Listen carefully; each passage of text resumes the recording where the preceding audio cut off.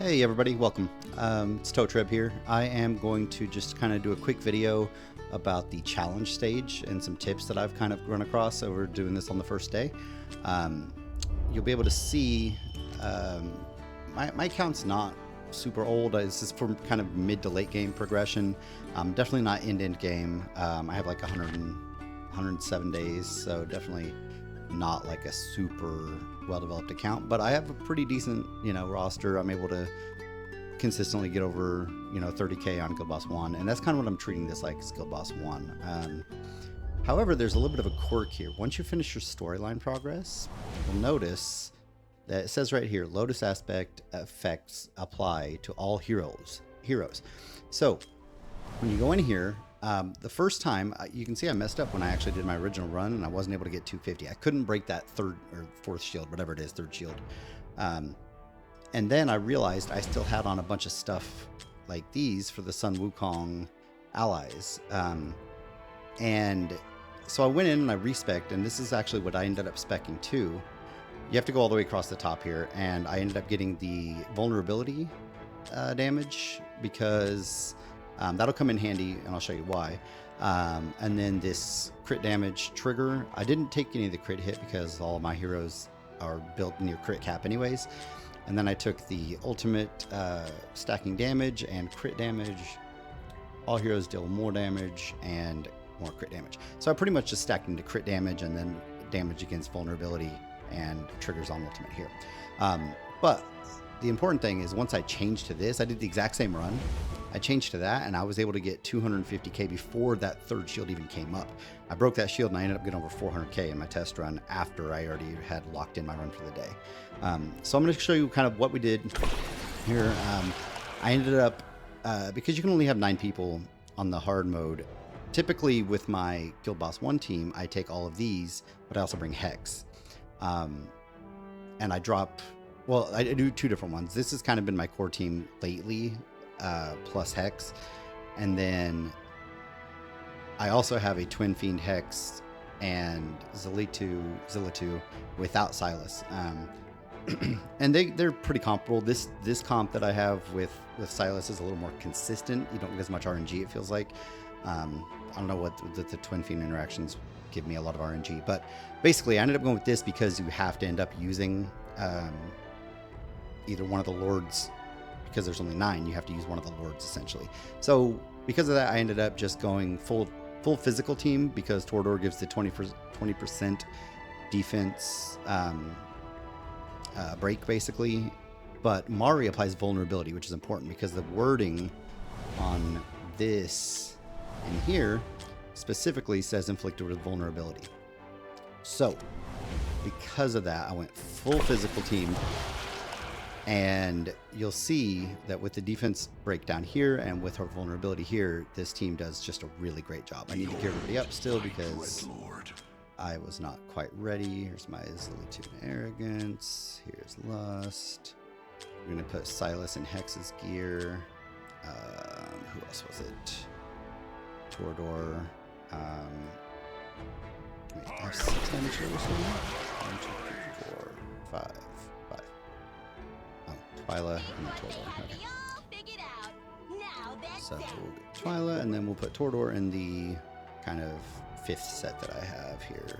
This Twin Fiend Silas. Okay, so that should do it. I have Mari built for kind of just HP and attack speed. I have Dolores with max attack with her piece here that gives the 100% pop rate, which is handy. And essentially, I treat this kind of like just like Guild Boss 1. So we'll get into here, show you my setup, and we're just gonna stick.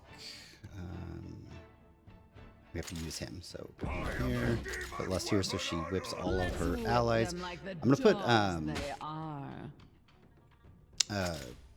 Arrogance in the front just to make sure. I'm pretty sure he does melees either way in either of these spots because of where the actual activation spot is. Put Dolores there, Ellen there to cover everybody. Even range. I strike true. Okay, so the timings on this for the first phase don't really matter. I always try to pop as soon as I can Twilight just to get her stacks built up. And then I'm just going to pop everybody to start with. The first shield goes down really quickly usually, so I'm not really worried about timings until the second shield, just to make sure. And again, I'm going to pop Twilight right on.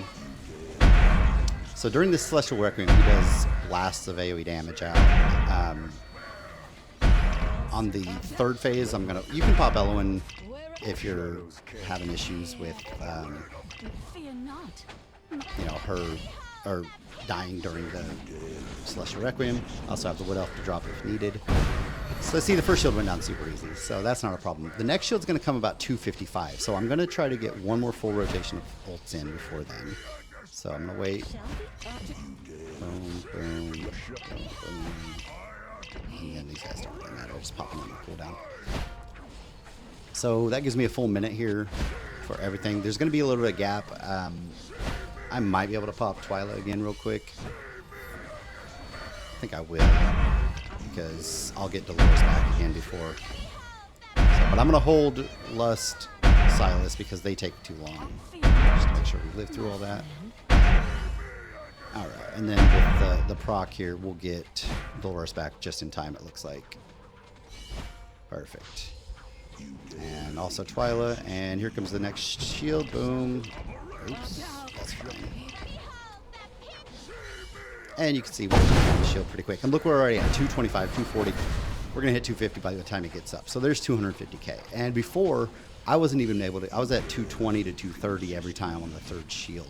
So that just kind of tells you. And then we're going to treat this just like we do in Guild Boss, where I pop Dolores and Twyla and hold everybody else, because the next shield comes about 115. So right now we got the big Celestial Requiem. I'm going to go ahead and pop Elowen. And when she goes finished, we're going to drop Wood Elf if we need to here, just to be safe. Alright, and then 115 here about is when we're going to do our next cycle. And we're going to see if we break this shield. It was pretty close last time. So there it is.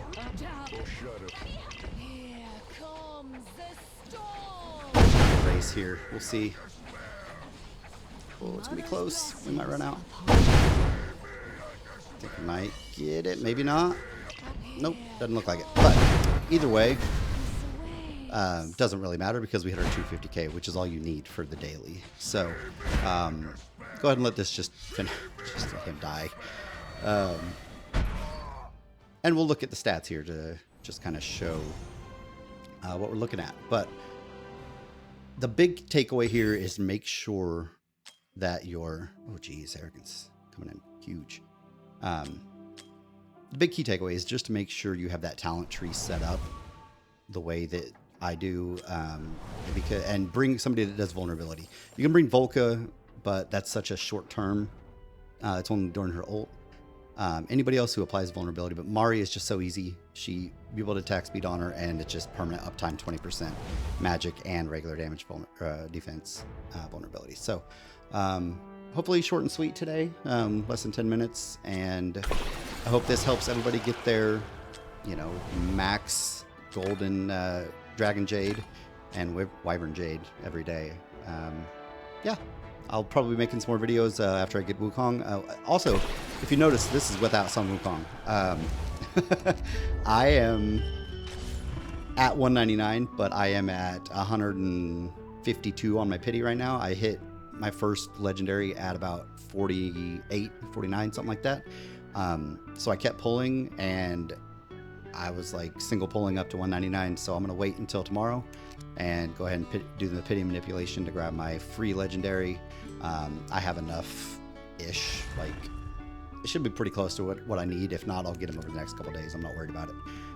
And then it'll probably be very easy to get that, and we'll see how he helps my Guild Boss 1 and 2 teams who desperately need it. I've only hit about 33k max on my Guild Boss 1, 32, 121, and 34 on Epoch 1. So hopefully he'll help out, and we'll make some more content with him. So appreciate it. You guys have a good one.